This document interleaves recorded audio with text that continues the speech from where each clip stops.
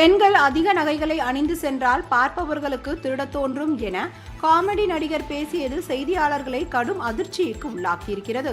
கரூரில் தனியார் நிகழ்ச்சி ஒன்றில் கலந்து கொண்ட காமெடி நடிகர் கூல் சுரேஷ் என்பவர் நிகழ்ச்சியின் முடிவில் செய்தியாளர்களை சந்தித்து பேசினார்.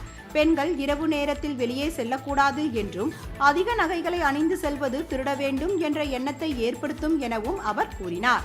இதுபோல பல்வேறு விஷயங்கள் குறித்து அவர் பேசியது சீரியஸா அல்லது காமெடியா என புரியாமல் செய்தியாளர்கள் குழப்பமடைந்தனர். அதாவது இந்த பாலியல் குற்றங்களுக்கு நம்ம பொதுவாகவே அரசாங்கத்தையும் காவல்துறையும் இவங்களை பற்றியே நம்ம சொல்லிகிட்டு இருக்கக்கூடாது. நம்மக்கிட்டேயும் ஒரு விழிப்புணர்வு இருக்கணும். ஏன்னா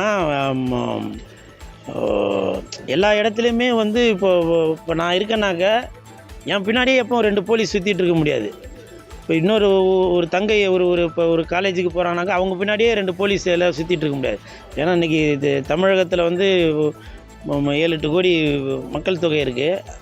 ஸோ எல்லாருக்குமே நம்ம பாதுகாப்பு கொடுத்துட்டு அவங்கள விழிப்புணர்வோடு இருக்க தான் நம்ம சொல்ல முடியுமே தவிர அவங்க பின்னாடியே நம்ம சுற்றிட்டு இருக்க முடியாது. அதனால் முடிஞ்ச வரைக்கும் குற்றங்கள் குறைவதற்கு பொதுமக்களாகிய நம்ம தான் அதை குற்றங்கள் நடக்காதபடி நம்ம நடந்துக்கணும். ஃபார் எக்ஸாம்பிள் பார்த்தீங்கன்னாக்க இப்போது முடிஞ்ச அளவுக்கு அந்த இருட்டான பகுதிகளில் இப்போ லேடிஸு அவங்களாம் பெண்கள்லாம் போகிறதுக்கு கொஞ்சம் தவிர்க்கணும். அதே மாதிரி லேட் நைட்டில் வர்றது.